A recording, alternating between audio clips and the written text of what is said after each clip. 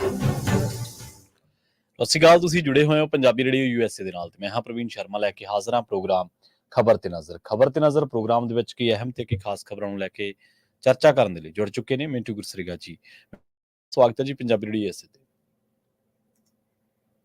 ਸ਼ੁਕਰੀਆ ਜੀ ਸਾਰਿਆਂ ਨੂੰ, ਸਤਿ ਸ੍ਰੀ ਅਕਾਲ ਜੀ।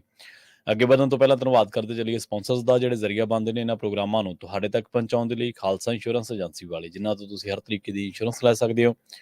ਇੰਸ਼ੋਰੈਂਸ ਬਾਰੇ ਪਤਾ ਕਰਨ ਦੇ ਲਈ ਇਹਨਾਂ ਦਾ ਨੰਬਰ ਹੈ 468-272-2500। ਇਹ 1992 ਤੋਂ ਲਗਾਤਾਰ ਇੰਸ਼ੋਰੈਂਸ ਬਿਜ਼ਨਸ ਦੇ ਵਿੱਚ ਸ਼ਾਨਦਾਰ ਸੇਵਾਵਾਂ ਦੇ ਰਹੇ ਨੇ ਤੇ ਅਮਰੀਕਾ ਭਰ ਦੇ ਵਿੱਚ ਇੰਸ਼ੋਰੈਂਸ ਕਰਦੇ ਨੇ।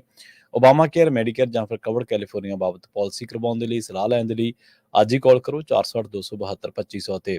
ਟਰਕੀਅਨ ਇਮੀਗ੍ਰੇਸ਼ਨ ਲਾ ਫਰਮ ਵਾਲੇ ਜੇ ਟਰਕੀਅਨ ਅਟਾਰਨੀ ਟਰਕੀਅਨਾਂ ਦੇ ਨਾਲ ਤੁਸੀਂ US ਇਮੀਗ੍ਰੇਸ਼ਨ ਬਾਬਤ ਕੋਈ ਵੀ ਸਲਾਹ ਕਰਨੀ ਹੈ ਤੇ ਇਹਨਾਂ ਦਾ ਨੰਬਰ ਹੈ 415-909-0503। Jaswinder Singh, ਛਤਰਕੌਰ Nagra Roseville, Charan Singh Sukhwinder Dhaliwal Arizona, Krishan Dhanota Yuba City, Baljinder Singh ਨੇ ਵੁੱਡਲੈਂਡ, ਪਰਮਜੀਤ ਕੌਰੰਗੀ Vacaville, Pritpal Singh Sidhu Fresno, GN ਲਿਊਵਲ। ਟਰੱਕ ਵਾਸ਼ ਕਰਦੇ ਨੇ, ਆਇਲ ਚੇਂਜ ਕਰਦੇ ਨੇ, ਏਅਰ ਬ੍ਰੇਕਾਂ ਦਾ ਕੰਮ ਤਸੱਲੀ ਬਖਸ਼ ਕਰਵਾ ਸਕਦੇ ਨਵੇਂ ਪੁਰਾਣੇ ਟਾਇਰ ਵੀ ਇਹਨਾਂ ਤੋਂ ਮਿਲਦੇ ਨੇ। ਲੋਕੇਸ਼ਨ ਸੈਂਤਾ ਨੀਲਾ ਦੀ ਨਿਮਾ ਸੋਤਾ ਦੇ ਨਾਲ ਗੱਲ ਕੀਤੀ ਜਾ ਸਕਦੀ ਹੈ 209-277-0113 ਤੇ ਐਂਟੀਲੂਪ ਟਰੱਕ ਸਟਾਪ ਵਾਲੇ। ਇਹਨਾਂ ਸਾਰੇ ਹੀ ਸਪਾਂਸਰਸ ਦਾ ਬਹੁਤ ਬਹੁਤ ਧੰਨਵਾਦ। ਤੇ ਜੇਕਰ ਤੁਸੀਂ ਵੀ ਪੰਜਾਬੀ ਰੇਡੀਓ USA ਦੇ ਇਹਨਾਂ ਪ੍ਰੋਗਰਾਮਾਂ ਨੂੰ ਸਪਾਂਸਰ ਕਰਨਾ ਚਾਹੁੰਦੇ ਹੋ ਤਾਂ ਸਟੂਡੀਓ ਦਾ ਨੰਬਰ ਹੈ 468-272-5200। ਅੱਜ ਦਾ ਖਬਰ ਤੇ ਨਜ਼ਰ ਪ੍ਰੋਗਰਾਮ ਸਾਲ 2024 ਦੀ 15 ਜੁਲਾਈ ਦਾ ਪ੍ਰੋਗਰਾਮ ਹੈ ਤੇ ਦਿਨ ਅੱਜ ਸੋਮਵਾਰ ਹੈ। ਮਿੰਟੂ ਜੀ, ਖਬਰਾਂ ਦੀ ਸ਼ੁਰੂਆਤ ਕਰੀਏ ਇਸ ਵੇਲੇ ਦੀ ਸਭ ਤੋਂ ਵੱਧ ਚਰਚਿਤ ਪੰਥ ਖਬਰ ਤੋਂ ਤੇ ਅਕਾਲੀ ਦਲ ਦੀ ਸਿਆਸਤ ਤੋਂ। ਸਿੰਘ ਸਾਹਿਬਾਨ ਨੇ ਸੁਖਬੀਰ ਸਿੰਘ ਬਾਦਲ ਨੂੰ ਸਪਸ਼ਟੀਕਰਨ ਦੇਣ ਦਾ ਆਦੇਸ਼ ਦੇ ਦਿੱਤਾ ਜੀ। ਬਿਲਕੁਲ, ਡੈਫੀਨਿਟਲੀ ਅੱਜ ਕਿਉਂਕਿ ਸਿੰਘ ਸਾਹਿਬਾਨ ਦੀ ਇਕੱਤਰਤਾ ਸੀ ਤੇ ਉਸ ਤੋਂ ਪਹਿਲਾਂ ਜੋ ਅਕਾਲੀ ਦਲ ਦੇ ਵਿੱਚ ਹੀ ਇੱਕ ਸੁਖਬੀਰ ਸਿੰਘ ਬਾਦਲ ਦੀ ਅਗਵਾਈ ਤੋਂ ਖਫਾ ਧੜਾ ਹੈ ਜਿਹੜਾ, ਜਾਂ ਕਹਿ ਲਓ ਕਿ ਸੁਧਾਰਵਾਦੀ ਅਕਾਲੀ ਹੈ ਜਿਹੜੇ, ਉਹਨਾਂ ਨੇ ਖਿਮਾ ਯਾਚਨਾ ਦਿੱਤੀ ਸੀਗੀ ਤੇ ਉਹਦੇ ਵਿੱਚ ਇਸ ਗੱਲ ਦਾ ਕਿਤੇ ਨਾ ਕਿਤੇ ਇਮਕਾਨ ਸੀ ਕਿ ਵਿਚਾਰ ਹੋ ਸਕਦਾ ਹੈ। ਸੋ ਪੰਜ ਸਿੰਘ ਸਾਹਿਬਾਨ ਦੀ ਇਕੱਤਰਤਾ ਦੇ ਵਿੱਚੋਂ ਕੀ ਕੋਈ ਹੁਕਮ ਨਿਕਲੇਗਾ, ਕੋਈ ਜਵਾਬ ਤਲਬੀ ਹੋਏਗੀ, ਕੋਈ ਸਪਸ਼ਟੀਕਰਨ ਮੰਗਿਆ ਜਾਏਗਾ। ਇਹੀ ਇੱਕ ਤਰ੍ਹਾਂ ਨਾਲ ਕਹਿ ਲਓ ਕਿ ਕਿਆਸ ਅਰਾਈ ਸੀਗੀ ਜਾਂ ਕਹਿ ਲਓ ਇੱਕ ਉਮੀਦ ਸੀਗੀ ਕਿ ਕੀ ਹੋਏਗਾ, ਇਹ ਨਾਲ ਜਿਗਿਆਸਾ ਸੀ। ਤਾਂ ਹੁਣ ਉਹਦੇ ਵਿੱਚ ਸੁਖਬੀਰ ਸਿੰਘ ਬਾਦਲ ਤੋਂ 15 ਦਿਨਾਂ ਦੇ ਅੰਦਰ ਅੰਦਰ ਨਿੱਜੀ ਤੌਰ ਤੇ ਪੇਸ਼ ਹੋ ਕੇ ਸਪਸ਼ਟੀਕਰਨ ਦੇ ਆਦੇਸ਼ ਦਿੱਤੇ ਗਏ ਆ ਜੀ, ਕਿਉਂਕਿ ਜੋ ਦੋਸ਼ ਲਾਏ ਗਏ ਨੇ, ਖਿਮਾ ਯਾਚਨਾ ਉਹਨਾਂ ਨੇ ਲਾਈ ਸੀ ਜਿਹਦੇ ਵਿੱਚ ਸੁਖਬੀਰ ਸਿੰਘ ਬਾਦਲ ਦੀ ਕਹਿ ਲਓ ਕਿ ਅਗਵਾਈ ਤੇ ਸਵਾਲ ਸਨ। ਤੇ ਇਸ ਦੇ ਨਾਲ ਹੀ ਡੇਰਾ ਮੁਖੀ ਦੇ ਮੁਆਫੀ ਮਾਮਲੇ ਦੇ ਵਿੱਚ ਵੀ ਸ਼੍ਰੋਮਣੀ ਕਮੇਟੀ ਵੱਲੋਂ ਦਿੱਤੇ ਗਏ ਇਸ਼ਤਿਹਾਰਾਂ ਸੰਬੰਧੀ ਵੀ ਸ਼੍ਰੋਮਣੀ ਕਮੇਟੀ ਨੂੰ ਸਪਸ਼ਟੀਕਰਨ ਦੇਣ ਲਈ ਆਖਿਆ। ਯਾਨੀ ਉਧਰੋਂ SGPC ਅਤੇ ਇਧਰੋਂ ਸੁਖਬੀਰ ਸਿੰਘ ਬਾਦਲ ਦੋਨਾਂ ਨੇ ਜਾ ਕੇ ਹੁਣ ਸਥਿਤੀ ਨੂੰ ਸਪਸ਼ਟ ਕਰਨਾ ਕਿ ਜਿਹੜੇ ਉਹਨਾਂ ਤੇ ਦੋਸ਼ ਲੱਗ ਰਹੇ ਆ ਕਿ ਬਈ ਉਹਨਾਂ ਦਾ ਪੱਖ ਕੀ ਹੈ। ਉਸ ਤੋਂ ਬਾਅਦ ਫਿਰ ਪ੍ਰਵੀਨ ਜੀ ਕੋਈ ਅਗਲਾ ਕੋਈ ਹੁਕਮ, ਆਦੇਸ਼, ਸਜ਼ਾ ਆਉਣ ਦੀ ਸੰਭਾਵਨਾ ਹੈ ਜੀ। ਤਾਂ ਗੱਲ ਇਹ ਆ ਕਿ ਜਿਹੜੇ ਅਕਾਲੀ ਦਲ ਦੇ ਵਿੱਚੋਂ ਸੁਧਾਰਵਾਦੀ ਅਕਾਲੀ ਆ, ਉਹ ਅੱਜ ਮੀਟਿੰਗ ਕਰਨ ਗਏ ਸਨ। ਉਹਨਾਂ ਦੀ ਵੀ ਮੀਟਿੰਗ ਸੀਗੀ ਚੰਡੀਗੜ੍ਹ। ਤੇ ਪ੍ਰਵੀਨ ਜੀ, ਦੂਜੇ ਪਾਸੇ ਅਕਾਲੀ ਦਲ ਦਫ਼ਤਰ ਦੇ ਵਿੱਚ ਵੀ ਅੱਜ ਇੱਕ ਮੀਟਿੰਗ ਰੱਖ ਲਈ ਗਈ ਤੇ ਖਬਰਾਂ ਇਸ ਤਰ੍ਹਾਂ ਦੀਆਂ ਆਈਆਂ ਕਿ ਬਈ ਇਹ ਦਫ਼ਤਰ ਨੂੰ ਲੈ ਕੇ ਲੜਾਈ ਹੋ ਸਕਦੀ ਆ। ਠੀਕ ਹੈ। ਤੇ ਇੱਕ ਦੂਜੇ ਨੂੰ ਥੋੜਾ ਕਹਿ ਲਓ ਕਿ ਕਿਤੇ ਨਾ ਕਿਤੇ ਟਕੋਰਿਆ ਵੀ ਗਿਆ। ਇੱਕ ਧੜੇ ਵੱਲੋਂ ਤਾਂ ਕਿਹਾ ਗਿਆ ਆ ਜਾਣ ਫਿਰ ਵੇਖੀ ਜਾਊਗੀ, ਖਾਸ ਤੌਰ ਤੇ ਅਕਾਲੀ ਦਲ ਜਿਹਦੇ ਵਿੱਚ ਯੂਥ ਵਾਲੇ ਵੀ ਆ। ਜੀ। ਹੁਣ ਉਸ ਤੋਂ ਬਾਅਦ ਦੂਜੇ ਪਾਸੇ ਇਹ ਕਹਿੰਦੇ ਜੀ ਅਕਾਲੀ ਸੁਧਾਰ ਲਹਿਰ ਜਿਹੜੀ ਆ ਉਹਦਾ ਅਸੀਂ ਆਗਾਜ਼ ਕਰਨਾ, ਮਤਲਬ ਕਿ ਦੂਜੇ ਪਾਸੇ ਤੋਂ ਐਲਾਨ ਹੋ ਗਿਆ।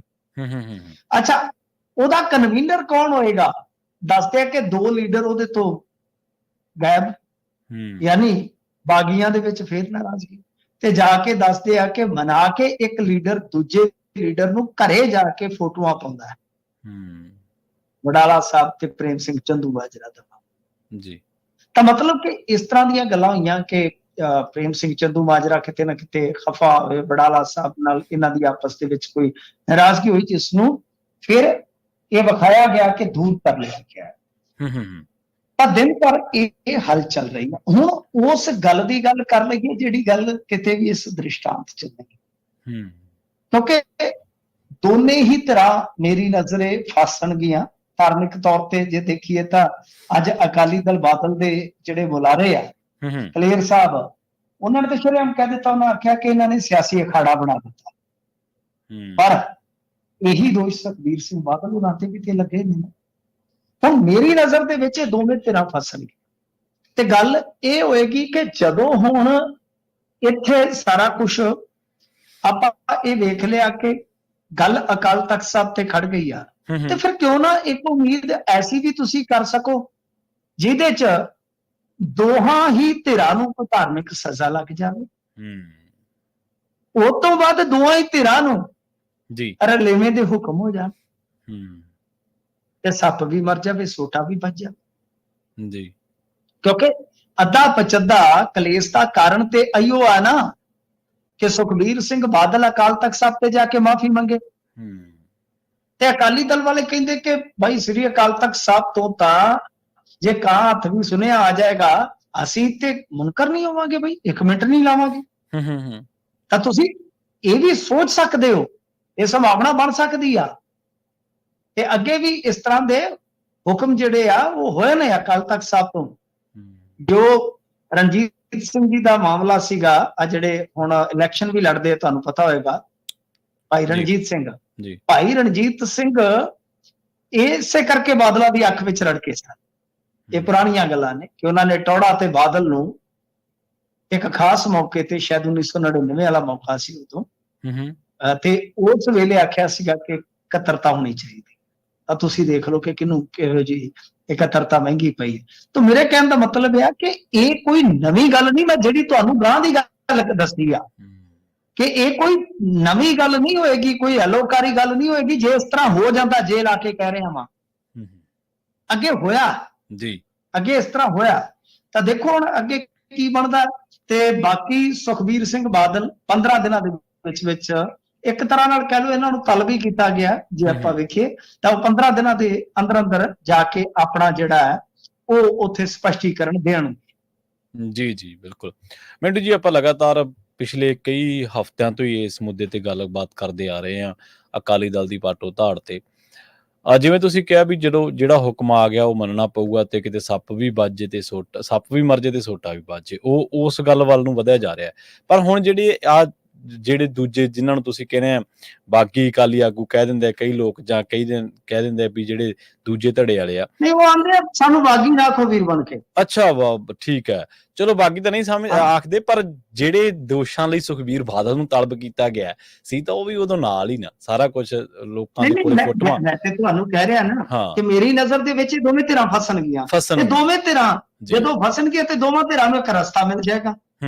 ਤੇ ਜਦੋਂ ਅਕਾਲ ਤਖਤ ਸਾਹਿਬ ਦੇ ਜਥੇਦਾਰ ਨੇ ਕਹਿਤਾ ਕਿ ਬਈ ਤੁਸੀਂ ਕਰੋ ਏਕਾ, ਫਿਰ ਮੁੜ ਕੇ ਕਹਿਣਗੇ ਜੀ ਅਕਾਲ ਤਖਤ ਸਾਹਿਬ ਦਾ ਹੁਕਮ ਹੋ ਗਿਆ ਸੀ, ਏਕਤਾ ਕਰ ਲੈਂਦੇ। ਕਿਉਂ?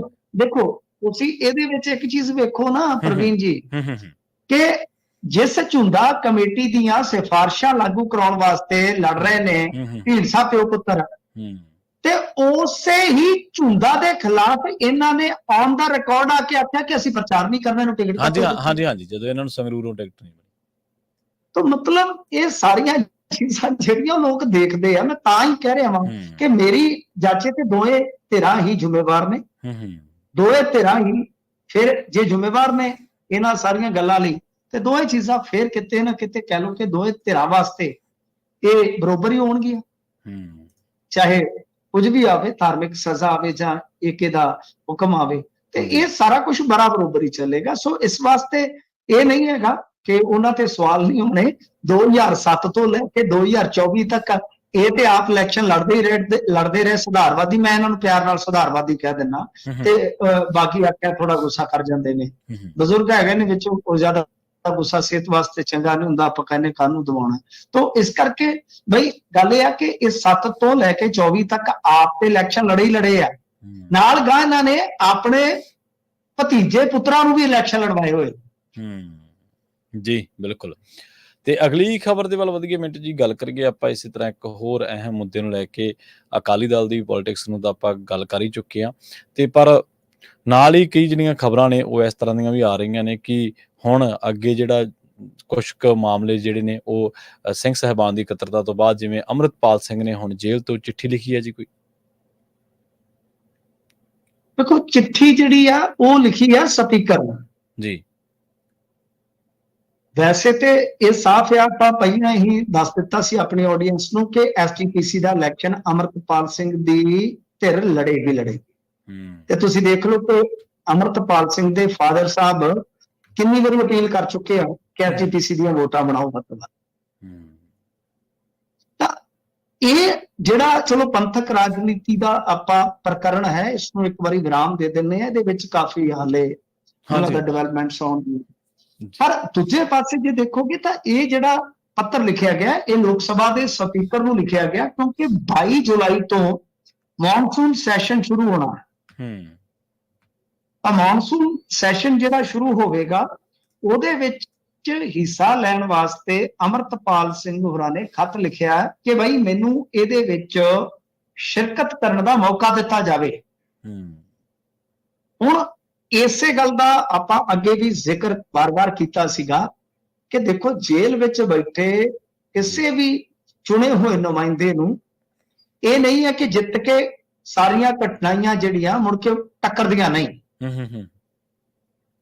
ਉਹ ਪੈਰ ਤੇ ਚੀਜ਼ਾਂ ਜਿਹੜੀਆਂ ਉਹ ਘਟਨਾਵਾਂ ਦੇ ਰੂਪ ਦੇ ਵਿੱਚ ਆਉਂਦੀਆਂ, ਜਿਹੜੀਆਂ ਸੰਵਿਧਾਨਕ ਤੌਰ ਤੇ ਕਹਿ ਲਓ ਕਿ ਕਿਤੇ ਨਾ ਕਿਤੇ ਜੋ ਲੋਕ ਨੁਮਾਇੰਦਾ ਉਹਦੇ ਕੁਝ ਉਹਨੂੰ ਅਧਿਕਾਰ ਵੀ ਦਿੰਦਾ, ਪਰ ਕੁਝ ਮਤਲਬ ਕਿ ਪ੍ਰਿਜ਼ਨਰ ਦੇ ਤੌਰ ਤੇ ਕੁਝ ਅਧਿਕਾਰ ਛਾਣ ਦਿੰਦਾ। ਦੋਵੇਂ ਚੀਜ਼ਾਂ ਜੀ। ਤਾਂ ਗੱਲ ਇਹ ਆ ਕਿ ਹੁਣ ਜੇ ਮੰਨ ਲਓ ਕੋਈ ਮੈਂਬਰ ਪਾਰਲੀਮੈਂਟ ਹੈ, ਜਿਵੇਂ ਅਰਵਿੰਦ ਕੇਜਰੀਵਾਲ ਜੀ, ਉਹ ਸਵੇਰੇ ਕਹਿਣ ਕਿ ਚਲੋ ਮੈਂ ਕੈਬਨਿਟ ਮੀਟਿੰਗ ਕਰਨੀ ਆ ਤੇ ਕਰਵਾ ਕੇ ਲਿਆਓ ਮੇਰੇ ਜੇਲ੍ਹ ਵਾਲਿਆਂ ਨੂੰ, ਐਸਾ ਨਹੀਂ ਕਰਨਗੇ। ਜੇਲ੍ਹ ਵਾਲੇ ਕਹਿਣਗੇ ਉੱਥੇ ਜਾ ਕੇ ਬਹਿ ਜਾ ਭਰਾ ਬਣ ਕੇ, ਸਵੇਰੇ ਸਵੇਰੇ ਨਾ ਮਗਜ਼ ਖਪਾਈ ਨਾ ਕਰਵਾ ਸਕੇ। ਜੀ। ਕਿਉਂ? ਕਿਉਂਕਿ ਉਹ ਉਹਨਾਂ ਕੋਲ ਕੋਈ ਵੀ ਆਰਡਰ ਆਏਗਾ, ਹੁਕਮ ਆਏਗਾ, ਤਦ ਹੀ ਉਹਨਾਂ ਨੇ ਉਸਨੂੰ ਐਗਜ਼ੀਕਿਊਟ ਕਰਨਾ ਹੈ। ਤੇ ਦੂਜੀ ਗੱਲ ਜਿਹੜੀ ਹੈ ਕਿ ਅੰਮ੍ਰਿਤਪਾਲ ਸਿੰਘ ਨੇ ਖੱਤ ਲਿਖ ਕੇ ਇੱਕ ਤਰ੍ਹਾਂ ਨਾਲ ਕਹਿ ਲਓ ਈਮੇਲ ਦੇ ਜ਼ਰੀਏ ਵੈਸੇ ਖੱਤ ਲਿਖਿਆ ਕਿ ਇੱਕ ਜਿੱਦਾਂ ਕਹਿ ਲਓ ਕਿ ਫਾਰਮੈਲਿਟੀ ਜਾਂ ਪ੍ਰੋਸੀਜਰ ਨੂੰ ਫੋਲੋ ਕਰਨਾ ਜਿਵੇਂ ਉਹ ਸ਼ੁਰੂ ਕਰਤਾ।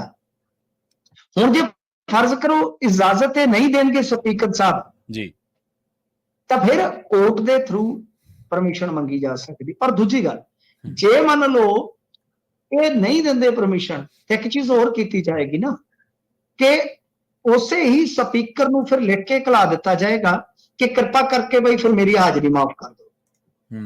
ਤਾਂ ਉਹਦੇ 'ਚ ਇੱਕ ਵਿਧਾਨਕ ਸ਼ਕਤੀ ਹੁੰਦੀ ਹੈ ਸਪੀਕਰ ਪਾਸ ਕਿ ਜਿਹੜਾ ਇੱਕ ਨਿਯਮ ਹੈ ਉਹ ਮਨਜ਼ੂਰੀ ਮਿਲਣ ਤੋਂ ਬਾਅਦ ਜਿਹਦੇ ਤਹਿਤ 60 ਦਿਨ ਦੀ ਗੈਰ ਹਾਜ਼ਰੀ ਉਪਰੰਤ ਕੋਈ ਵੀ ਮੈਂਬਰ ਪਾਰਲੀਮੈਂਟ ਹੈ ਉਹਦੀ ਮੈਂਬਰਸ਼ਿਪ ਖਤਮ ਹੋ ਜਾਂਦੀ ਹੈ, ਉਹਦੇ ਤੋਂ ਬਚ ਜਾਂਦਾ।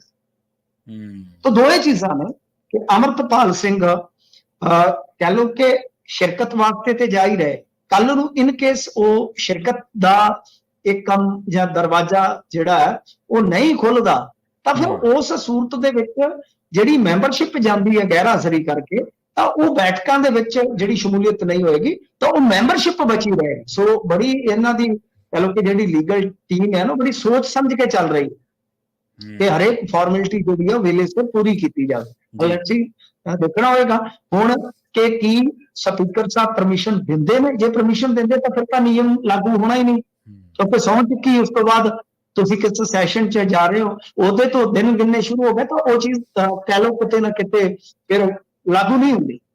ਤਾਂ ਇਹ ਦੇਖਣਾ ਹੋਏਗਾ। ਇਹ ਹੁਣ ਜ਼ਿਆਦਾਤਰ ਕਹਿ ਲਓ ਕਿ ਸਪੀਕਰ ਦੇ ਪਾਲੇ 'ਚ ਗੇਂਦ, ਫਿਰ ਉਸ ਤੋਂ ਬਾਅਦ ਪਤਾ ਲੱਗੇਗਾ ਕਿ ਇਹ ਲੜਾਈ ਜਿਹੜੀ ਹੈ ਕਾਨੂੰਨੀ ਚੌਖਟੇ 'ਚ ਜਾਂਦੀ ਹੈ ਕਿ ਨਹੀਂ। ਜੀ। ਤੇ ਹਮਦਰਦ ਦੇ ਖਿਲਾਫ ਕੇਸ ਦੇ ਵਿੱਚ ਪੰਜਾਬ ਸਰਕਾਰ ਨੂੰ ਰਾਹਤ ਦੇਣ ਤੋਂ ਕਹਿੰਦੇ ਸਾਫ਼ ਇਨਕਾਰ ਹੋ ਗਿਆ ਜੀ। ਤੁਸੀਂ ਇੱਥੋਂ ਦਾ ਹਿਸਾਬ ਲਾ ਲਓ ਕਿ ਕੁਝ ਖਾਸ ਕੇਸਾਂ ਦੇ ਵਿੱਚ ਕਿਸ ਤਰ੍ਹਾਂ ਬਈ ਕਿੱਦਾਂ ਜਿਹੜੀ ਸਰਕਾਰ ਆ ਅਦਾਲਤ ਦਰ ਅਦਾਲਤ ਖਾਕ ਛਾਣਦੀ ਹੈ। ਤੁਸੀਂ ਵਿਕਰਮਜੀਤ ਮਜੀਠੀਆ ਦੇਖਿਆ ਜੀ, ਸੁਖਪਾਲ ਸਿੰਘ ਖਹਿਰਾ ਦੇਖਿਆ, ਹਮਦਰਦ ਦੇਖਿਆ ਜਿਹਦੇ ਨਾਲ ਕੋਈ ਹਮਦਰਦੀ ਨਹੀਂ ਦਿਖਾ, ਮਤਲਬ ਕਿ ਹਾਈ ਕੋਰਟ ਵੱਲੋਂ ਜੰਗੇ ਆਜ਼ਾਦੀ ਯਾਦਗਾਰ ਜੀ, ਉਹ ਉਸ ਮਾਮਲੇ ਨੂੰ ਆਪਾਂ ਹੁਣ ਪਿਛੋਕੜ 'ਚ ਨਹੀਂ ਲਿਜਾਵਾਂਗੇ ਕਿਉਂਕਿ ਸਭਨਾਂ ਨੂੰ ਪਤਾ ਕਿ ਜੰਗੇ ਆਜ਼ਾਦੀ ਯਾਦਗਾਰ ਦੇ ਵਿੱਚ ਜੋ ਪੈਸਾ ਧੇਲਾ ਲੱਗਾ ਉਹਦੇ ਵਿੱਚ ਕੁਝ ਕਥਿਤ ਬੇਨੀਮੀਆਂ ਦੇ ਦੋਸ਼ ਹਨ ਜਿਹਦੇ ਤਹਿਤ ਹਮਦਰਦ ਫਸੇ ਹੋ, ਕਿਉਂਕਿ ਇਹ ਉਦੋਂ ਹੈਡ ਜੀ।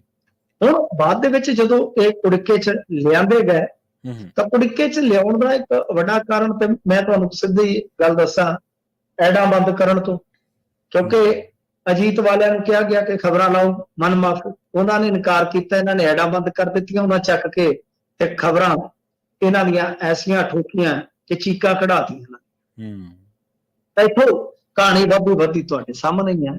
ਤਾਂ ਹੁਣ ਉਹਦੇ ਵਿੱਚ ਕੀ ਸੀਗਾ ਕਿ ਜਦੋਂ ਕੁੜਿੱਕੇ 'ਚ ਫਸ ਗਏ ਹਮਦਰਦ ਸਾਹਿਬ, ਉਹ ਤੁਹਾਨੂੰ ਪਤਾ ਗਜ਼ਲ ਗੋ ਵੀ ਆ, ਉਹਨਾਂ ਨੂੰ ਲੱਗਿਆ ਕਿ ਕਿਤੇ ਉਦਾਸ ਗਜ਼ਲ ਹੀ ਨਾ ਗਾਉਣੀ ਪੈ ਜਾਵੇ, ਤਾਂ ਫਿਰ ਉਹਨਾਂ ਨੇ ਕੋਰਟ ਦਾ ਜਿਹੜਾ ਰਸਤਾ ਸੀਗਾ ਉਹ ਅਖਤਿਆਰ ਕੀਤਾ। ਉਸ ਤੋਂ ਪਹਿਲਾਂ ਜੱਫੀਆਂ ਵੀ ਪਾ ਦਿੱਤੀਆਂ ਸਨ ਉਹਨਾਂ ਨੇ ਇੱਕ ਮੰਚ ਤੇ ਆਪੋਜੀਸ਼ਨ ਨੂੰ ਸੱਦ ਕੇ, ਯਾਦ ਹੋਣਾ ਚਾਹੀਦਾ ਜੀ। ਤਾਂ ਹੁਣ ਉੱਥੋਂ ਮਿਲ ਗਈ ਸੀ ਇਹਨਾਂ ਨੂੰ ਇੰਟਰਮ ਰਾਹਤ, ਜਿਹੜੀ ਉਹ ਇੰਟਰਮ ਬੇਲ ਸੀਗੀ ਉਸਨੂੰ ਚੁਣੌਤੀ ਦੇਣ ਵਾਸਤੇ ਸਰਕਾਰ ਸੁਪਰੀਮ ਕੋਰਟ 'ਚ ਚਲੇ ਗਈ ਹੈ। ਦੱਸੋ, ਸੁਪਰੀਮ ਕੋਰਟ ਨੇ ਇੱਕ ਸੰਕੇਤ ਜਿਹਾ ਆਰਡਰ ਪਾਸ ਕੀਤਾ, ਉਹਨੇ ਆਖਿਆ ਕਿਉਂਕਿ ਪੰਜਾਬ ਤੇ ਹਰਿਆਣਾ ਹਾਈ ਕੋਰਟ ਵਿੱਚ ਇਹ ਮਾਮਲਾ ਸੁਣਵਾਈ ਦੇ ਅੰਤਮ ਪੜਾਅ ਤੇ ਆ, ਇਸ ਲਈ ਸਰਵਉੱਚ ਅਦਾਲਤ ਦੇ ਵਿੱਚ ਤੁਸੀਂ ਆ ਕੇ ਕੀ ਸਿੱਧ ਕਰਨਾ ਚਾਹੁੰਦੇ ਹੋ, ਅਸੀਂ ਉੱਥੇ ਕੋਈ ਦਖਲ ਨਹੀਂ ਦੇਣਾ। ਤੇ ਨਾਲ ਹਾਈ ਕੋਰਟ ਨੂੰ ਇਹ ਹੁਕਮ ਦਿੱਤਾ ਕਿ ਇਸ ਮਹੀਨੇ ਦੇ ਆਖਰ ਤੱਕ ਮਾਮਲੇ ਦਾ ਨਿਬੇੜਾ ਕਰ ਦਿਓ ਬਈ। ਯਾਨੀ ਸੁਪਰੀਮ ਕੋਰਟ ਦੀ ਇੱਕ ਹਦਾਇਤ ਜਾਰੀ ਹੋ ਗਈ ਕਿ ਇਸ ਮਾਮਲੇ ਦਾ ਜਿਹੜਾ ਕਿ ਅੰਤਲੇ ਪੜਾਅ ਤੇ ਆ, ਉਹ ਤੇ ਆਪਣੇ ਆਪ ਹੀ ਹੋ ਜਾਣਾ ਵੈਸੇ ਵੀ ਉਹਨੂੰ ਇਹ ਫਿਨਿਸ਼ ਕਰੋ ਤੇ ਜੋ ਵੀ ਫੈਸਲਾ ਲੈਣਾ ਲਓ, ਜੇ ਪੱਕੀ ਜ਼ਮਾਨਤ ਬਣਦੀ ਅਗਲੇ ਨੂੰ ਪੱਕੀ ਜ਼ਮਾਨਤ ਦੇ ਦਿਓ।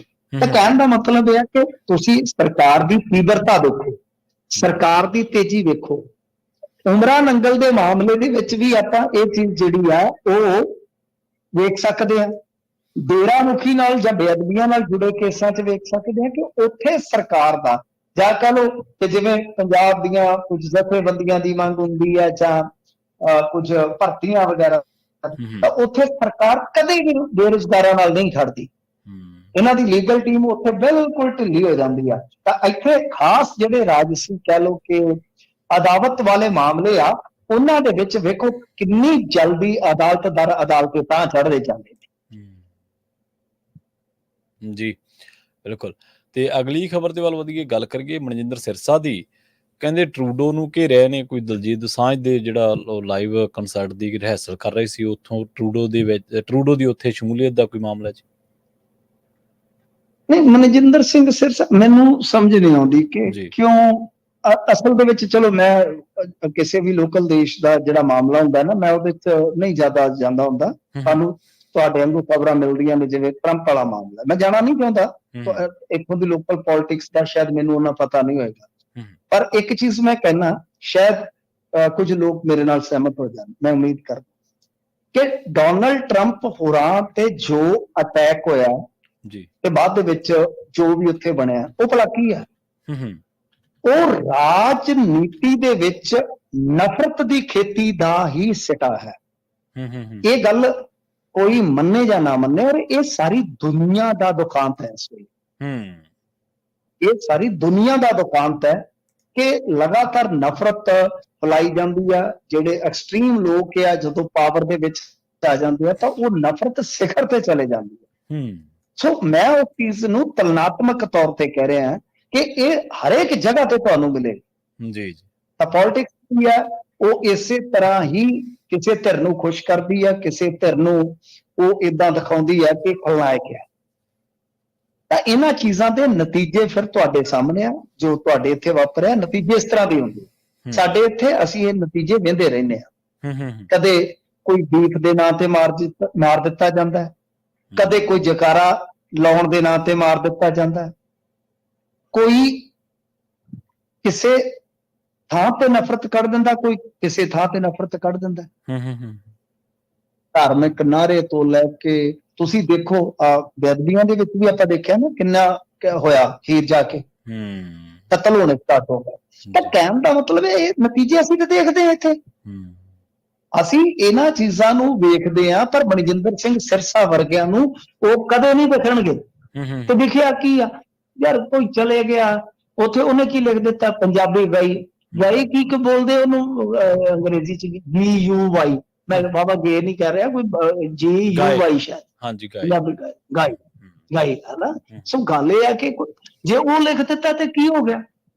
ਐਵੇਂ ਬਿਨਾਂ ਗੱਲ ਤੋਂ ਆਖੇ ਮਿਸਟਰ ਟਰੂਡੋ ਇਹਨੂੰ ਇੰਡੀਅਨ ਕਹਿਣਾ ਬਸ।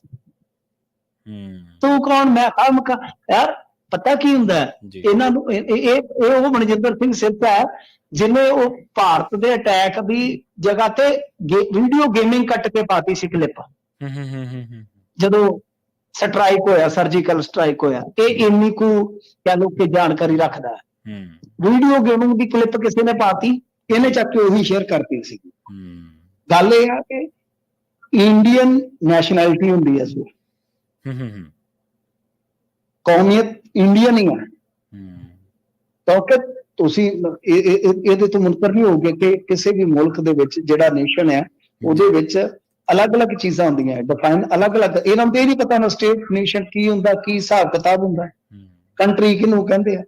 ਤਾਂ ਗੱਲ ਇਹ ਆ ਕਿ ਅੱਛਾ ਉਹ ਕੌਮੀਅਤ ਹੁੰਦੀ ਹੈ, ਨੈਸ਼ਨੈਲਿਟੀ ਹੈ ਇੰਡੀਆ। ਉਹ ਸਭ ਨੂੰ ਪਤਾ ਕਿ ਜਿਹੜਾ ਤੁਹਾਡੇ ਉੱਥੇ ਆਇਆ, ਜਿੱਥੇ ਗਿਆ, ਉਹ ਤੁਹਾਡਾ ਪਾਸਪੋਰਟ ਲੈ ਕੇ ਗਿਆ ਹੋਇਆ, ਉਹਦੀ ਕੌਮੀਅਤ ਉੱਥੇ ਪਾਸਪੋਰਟ ਤੇ ਲਿਖੀ ਹੈ ਨਾ ਜੀ। ਪਰ ਇੱਕ ਹੁੰਦੀ ਹੈ ਤੁਹਾਡੀ ਆਪਣੀ ਆਇਡੈਂਟੀਟੀ, ਤੁਸੀਂ ਕੌਣ ਹੋ, ਬੰਗਾਲੀ ਹੋ, ਪੰਜਾਬੀ ਹੋ, ਹਰਿਆਣਵੀ ਹੋ, ਉਹਦੇ ਤੇ ਹਮੇਸ਼ਾ ਸਵੈਮਾਨ ਰਹਿੰਦਾ ਦੇ ਆਧਾਰ ਤੇ। ਇਹ ਆਪਾਂ ਨੂੰ ਵੀ ਪਤਾ ਕਿ ਹਾਂਜੀ ਆਪਣੀ ਪਛਾਣ ਹੁੰਦੀ ਇੱਕ ਕਿ ਫਲਾਣਾ ਕੌਣ ਹੈ, ਇਹ ਜੀ ਤੇਲਗੂ ਆ, ਫਲਾਣਾ ਕੌਣ ਹੈ ਜੀ ਕੰਨੜ ਹੈ ਜੀ, ਫਲਾਣਾ ਕੌਣ ਹੈ ਜੀ ਫਲਾਣਾ ਤਿੱਬਤੀ ਹੈ ਜੀ। ਆਪਾਂ ਤੇ ਤਿੱਬਤੀਆਂ ਨੂੰ ਵੀ ਤਿੱਬਤੀ ਕਹਿੰਦੇ ਆ ਕਿ ਨਹੀਂ, ਉਹਨਾਂ ਦੀ ਵੀ ਪਛਾਣ।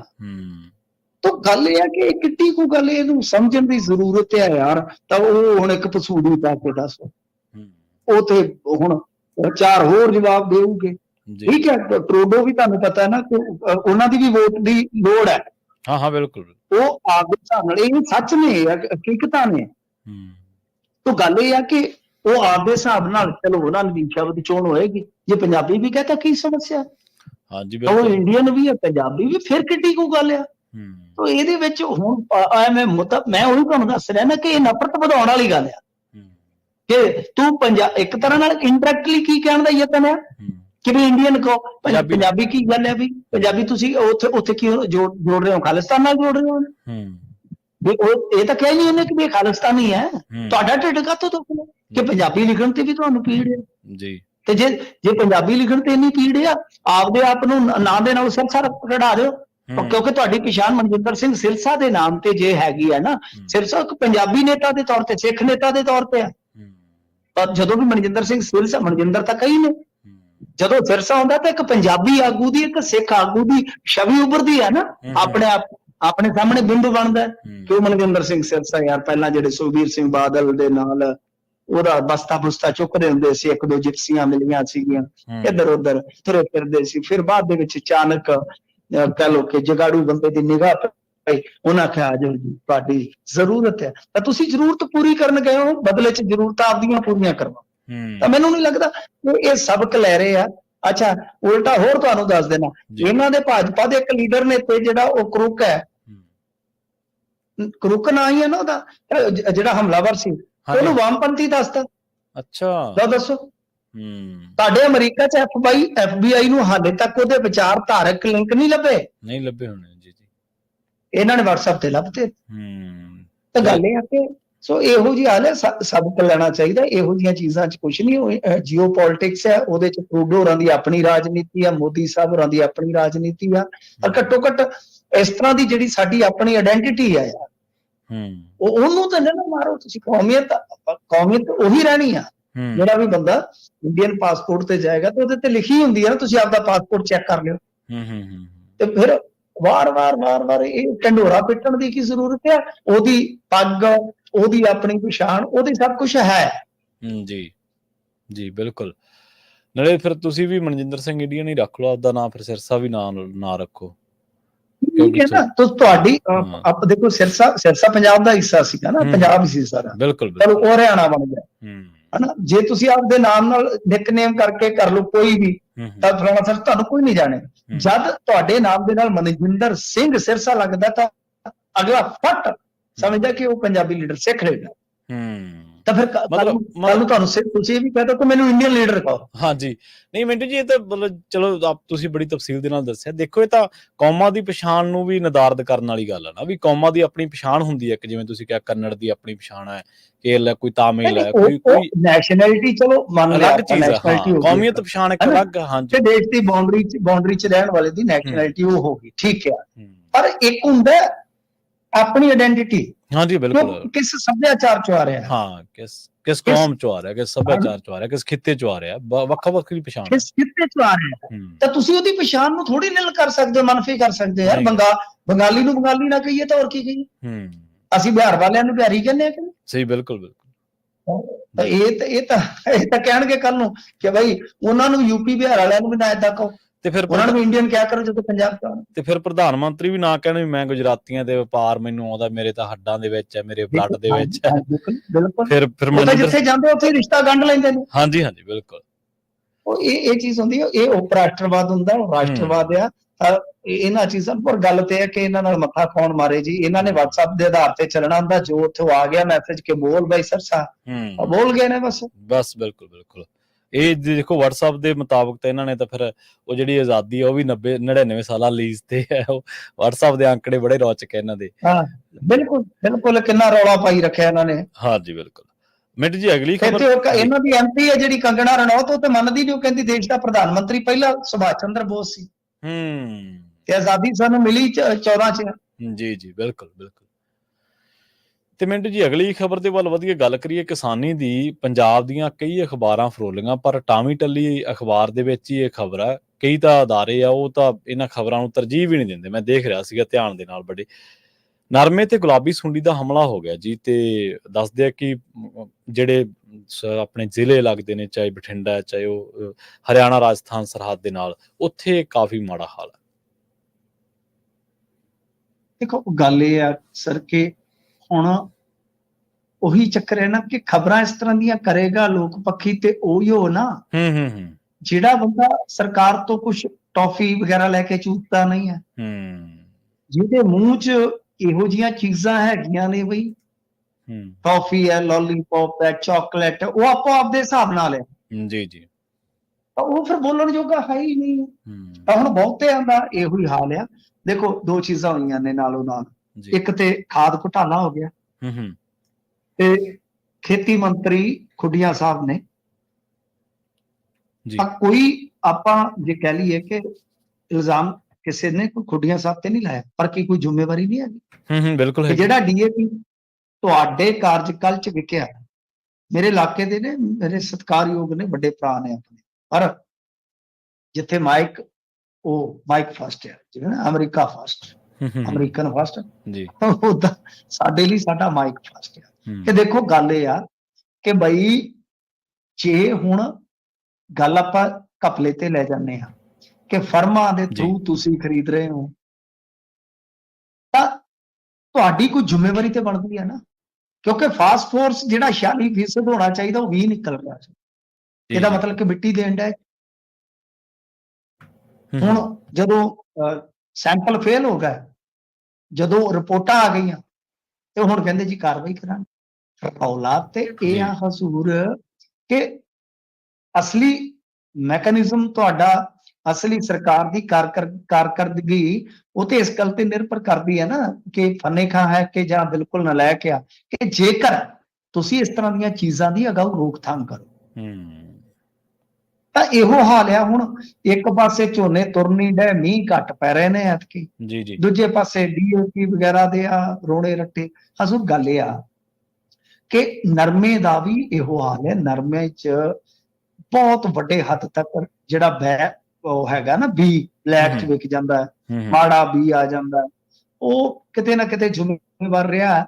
90 'ਚ ਜਿਹੜਾ 7 ਲੱਖ ਹੈਕਟੇਅਰ ਸਾਡਾ ਰਕਬਾ ਸੀ, ਇਸੇ ਕਰਕੇ ਲੋਕ ਜਿਹੜੇ ਆ ਉਹ 97,000 ਹੈਕਟੇਅਰ ਤੇ ਆ ਗਏ। ਇੱਕ ਹੈਕਟੇਅਰ 'ਚ 2.5 ਕਿੱਲੇ ਹੁੰਦੇ, ਤਾਂ ਬਚਿਆ ਕਿੰਨਾ ਕੁ? ਜਿਹਨੇ ਐਤਕੀ ਵਾਹ ਦਿੱਤਾ ਉਹ ਔਖਾ ਸੌਖਾ ਗਾਂ ਝੋਨਾ ਹੀ ਲਾਊਗਾ। ਤੇ ਇਸ ਕਰਕੇ ਮੇਰਾ ਤੇ ਇਹੋ ਮੰਨਣਾ ਆ ਕਿ ਇਹਨਾਂ ਨੇ ਜੋ ਡਾਇਵਰਸਿਫਿਕੇਸ਼ਨ ਦਾ ਜਾਂ ਜੋ ਖੇਤੀ ਨੀਤੀ ਦਾ ਢਿੰਡੋਰਾ ਪਿੱਟਿਆ ਸੀ, ਉਹ ਬਿਲਕੁਲ ਢੋਲ ਜਿਹੜਾ ਫਟ ਗਿਆ। ਸੋ ਇਸ ਵਾਸਤੇ ਹੁਣ ਜੇਕਰ ਭਲੀ ਲੋਚਦੇ ਆ ਪੰਜਾਬ ਦੀ ਤਾਂ ਇਹਨਾਂ ਨੂੰ ਇਹ ਸਾਰੇ ਬੰਦੋਬਸਤ ਕਰ ਲੈਣੇ ਚਾਹੀਦੇ। ਗਾਂ ਹਾਲੇ 2-3 ਸਾਲ ਹੈਗੇ ਹੀ ਆ ਕਿ ਬਈ ਬੀਜ ਜਿਹੜੇ ਚੰਗੇ ਹੋਣ, ਸਿੱਕੇਬੰਦ ਹੋਣ, ਸਪਰੇਆਂ ਚੰਗੀਆਂ ਹੋਣ। ਨਰਮੇ ਦਾ ਹੋਰ ਨਹੀਂ, ਮੈਂ ਤੇ ਪਿੱਟ ਕੇ ਯੱਬ ਗਿਆ ਕਿ ਬਈ ਇਹਨਾਂ ਨੂੰ ਕ੍ਰੌਪ ਇੰਸ਼ੋਰੈਂਸ ਤਾਂ ਦੇ ਦਿਓ ਆਪਣੇ ਪੱਧਰ ਤੇ, ਨਰਮੇ ਵਾਲਿਆਂ ਨੂੰ ਦੇ ਦਿਓ, ਘੱਟੋ ਘੱਟ ਇਹਨਾਂ ਤੇ ਕਰ ਦਿਓ ਕੋਈ ਆਪਦਾ ਕੋਈ ਬੋਰਡ ਕਮਿਸ਼ਨ ਬਣਾ ਕੇ। ਜੀ ਜੀ, ਲਓ ਬਈ ਇਹਦੇ ਥਰੂ ਅਸੀਂ ਤੁਹਾਨੂੰ ਕ੍ਰੌਪ ਇੰਸ਼ੋਰੈਂਸ ਦਿੰਨੇ, ਕਿਉਂਕਿ ਨਰਮਾ ਇੱਕ ਮਹਿੰਗੀ ਫਸਲ ਹੈ। ਪੈਸਾ ਆਉਂਦਾ ਵੀ ਬਹੁਤ, ਇਨਵੈਸਟਮੈਂਟ ਵੀ ਬਹੁਤ ਮੋਟੀ ਹੁੰਦੀ ਹੈ ਨਰਮੇ ਤਾਂ ਆਪੇ ਜਿੰਨੇ ਕੋਈ ਕਿੱਲੇ ਦਾ ਕੋਈ 2-3 ਹਜ਼ਾਰ ਬੀਜ ਪਾਉਣ ਲੱਗਿਆ, ਜੇ ਕੋਈ ਉਹਨੂੰ ਪ੍ਰੀਮੀਅਮ ਵੀ ਦੇਣਾ ਪਊਗਾ 200-400, ਅਗਲਾ ਹੱਸ ਕੇ ਦੇ ਦਿੰਦਾ। ਸੋ ਇਸ ਕਰਕੇ ਮੇਰਾ ਤਾਂ ਮੰਨਣਾ ਇਹ ਹੈ ਕਿ ਨਰਮੇ ਦੀ ਫਸਲ, ਮੈਂ ਤੁਹਾਨੂੰ ਅੰਕੜੇ ਦੱਸ ਦਿੱਤੇ ਆ ਤੇ ਅਸੀਂ ਖੁਦ ਨਰਮੇ ਵਾਲੇ ਪਿੰਡ 'ਚ ਹੀ ਪਲੇ ਜੰਮੇ ਆ। ਅੱਜ ਵੀ ਸਾਡੇ ਇੱਥੇ ਨਰਮਾ ਹੁੰਦਾ ਕਿ ਬਹੁਤ ਹੱਦ ਤੱਕ ਸਾਨੂੰ ਵਨ ਸੁਵੰਨਤਾ ਵੱਲ ਤੇ ਕਿਸਾਨ ਦੀ ਉੱਨਤੀ ਖੁਸ਼ਹਾਲੀ ਵੱਲ ਇਹ ਨਰਮਾ ਲਿਜਾ ਸਕਦਾ। ਪਰ ਅਫਸੋਸ ਦੀ ਗੱਲ ਹੈ ਕਿ ਅਸੀਂ ਸਿਰਫ ਤੇ ਸਿਰਫ ਫਾਰਮੈਲਿਟੀਆਂ ਕਰਨੀਆਂ ਨੇ, ਗੱਲਾਂ ਕਰਨੀਆਂ। ਗੱਲਾਂ ਦਾ ਖੱਟਿਆ ਜਦੋਂ ਖਾਣ ਲੱਗ ਜਾਂਦਾ ਬੰਦਾ ਤੇ ਉਹ ਖਾਧਾ ਉਹਨੂੰ ਲੱਗਣ ਲੱਗ ਜਾਂਦਾ, ਫਿਰ ਉਹਨੂੰ ਪ੍ਰੈਕਟੀਕਲੀ ਗੱਲਾਂ ਨਾਲ ਕੀ ਆ। ਜੀ ਜੀ, ਬਿਲਕੁਲ। ਮੈਨੂੰ ਜੀ, ਜਦੋਂ ਇੱਕ ਪਾਸੇ ਕਿਸਾਨ ਵਿਚਾਰਾ ਮੂੰਗੀ ਵਾਹੀ ਜਾਂਦਾ, ਦੂਜੇ ਪਾਸੇ ਨਰਮਾ ਵਾਹੀ ਜਾਂਦਾ, ਪਰ ਸਾਡੇ ਜਿਹੜੇ ਆਗੂ ਆ ਉਹ ਸਟੇਜ ਤੋਂ ਸ਼ਬਦ ਵਾਹੀ ਜਾਂਦੇ ਆ, ਉਹ ਹੋਰ ਹੀ ਗੱਲਾਂ ਦੇ ਵਿੱਚ ਤੁਰੇ ਫਿਰਦੇ। ਪਰ ਖੈਰ, ਲੋਕਾਂ ਨੇ ਵੀ ਆਗੂਆਂ ਨੂੰ ਲੀਹ ਤੇ ਲਿਆਉਣਾ ਹੁੰਦਾ, ਲੋਕਾਂ ਦਾ ਵੀ ਇੱਧਰਲੇ ਪਾਸੇ ਜਾਗਰੂਕਤਾ ਜ਼ਰੂਰ ਹੋਣੀ ਚਾਹੀਦੀ ਹੈ। ਮੂੰਗੀ ਵਾਲੇ ਕਿਸਾਨਾਂ ਦਾ ਹਾਲ ਦੇਖ ਲਓ, ਨਰਮੇ ਦਾ ਤੁਸੀਂ ਦੱਸ ਹੀ ਦਿੱਤਾ। ਮਿੰਟ ਜੀ, ਇਹਨਾਂ ਖਾਸ ਖਬਰਾਂ ਤੇ ਖਾਸ ਜਾਣਕਾਰੀਆਂ ਦੇ ਲਈ ਬਹੁਤ ਬਹੁਤ ਧੰਨਵਾਦ ਜੀ। ਜੀ ਜੀ, ਪ੍ਰੋਗਰਾਮ ਖਬਰ ਤੇ ਨਜ਼ਰ ਨੂੰ ਆਪਾਂ ਇੱਥੇ ਸਮਾਪਤ ਕਰਾਂਗੇ। ਤੁਹਾਡਾ ਸਾਰਿਆਂ ਦਾ ਵੀ ਬਹੁਤ ਧੰਨਵਾਦ। ਸਤਿ ਸ਼੍ਰੀ ਅਕਾਲ। ਜੁੜੇ ਰਹੋ ਪੰਜਾਬੀ ਰੇਡੀਓ USA ਦੇ ਨਾਲ।